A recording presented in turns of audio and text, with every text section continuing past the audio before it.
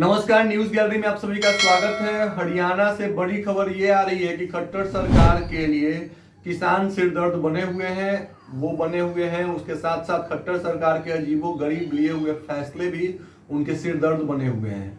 आपको बताते चलिए, कांग्रेस के वरिष्ठ नेता रणदीप सुरजेवाला ने जमकर कांग्रेस की तरफ से खट्टर सरकार पर निशाना साधा है, अपना भड़ास निकाला है। 1 मई को कुछ कृषि कानूनों को लेकर के संशोधन करते हुए नए बिल और अमेंडमेंट को पास किया गया है हरियाणा में।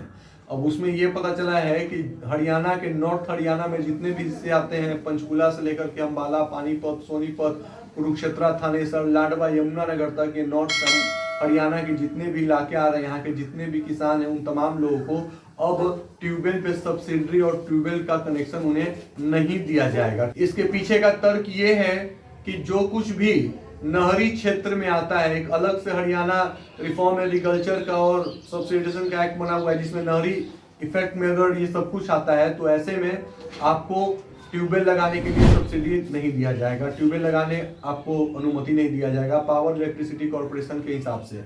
अब ये सोचना समझना चाहिए कि क्यों ऐसा क्यों।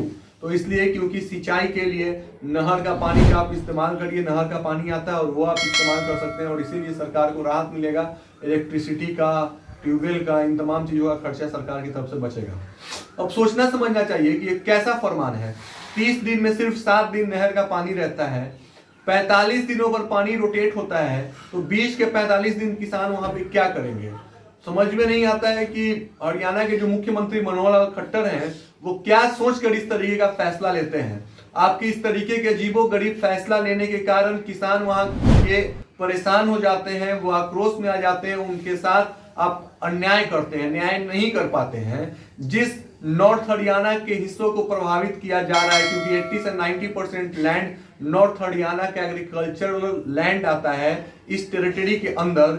ऐसे में अगर आप वहां से ट्यूबवेल का इलेक्ट्रिसिटी के सप्लाई को रोक दे, काट दे, बंद कर दे, उनको सब्सिडी न दिया जाए, हैंडपंप की व्यवस्था नहीं कराई जाए इन तमाम चीजों को इरिगेशन के लिए, तो आप सोचिए कि क्या वो नहर पे भरोसा करके, उस पे आश्रित रह करके वो सालों का फसल उपजा सकते हैं अगर उनको सब्सिडी नहीं मिलेगा तो।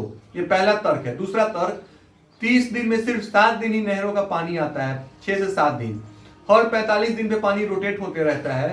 तो ऐसे में बीच के समय में वो क्या काम करेंगे जब पानी नहीं होगा तो।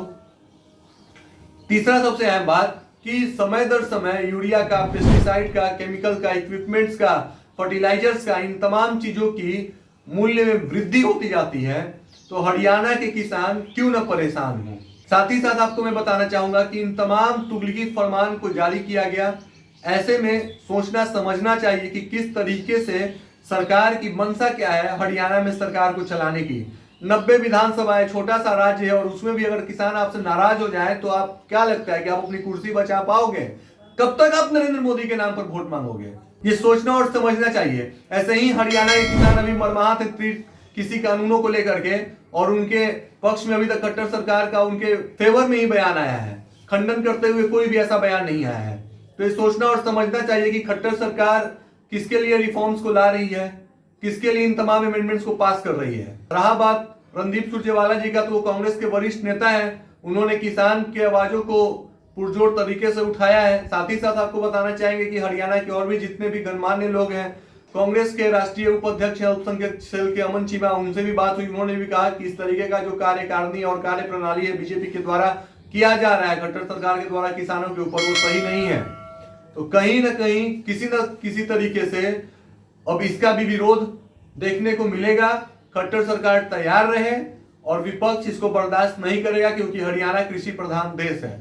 आज की इस विशेष पेशकश से बस इतना ही। कार्यक्रम अच्छा लगे तो इसे लाइक, शेयर, सब्सक्राइब जरूर करें। धन्यवाद।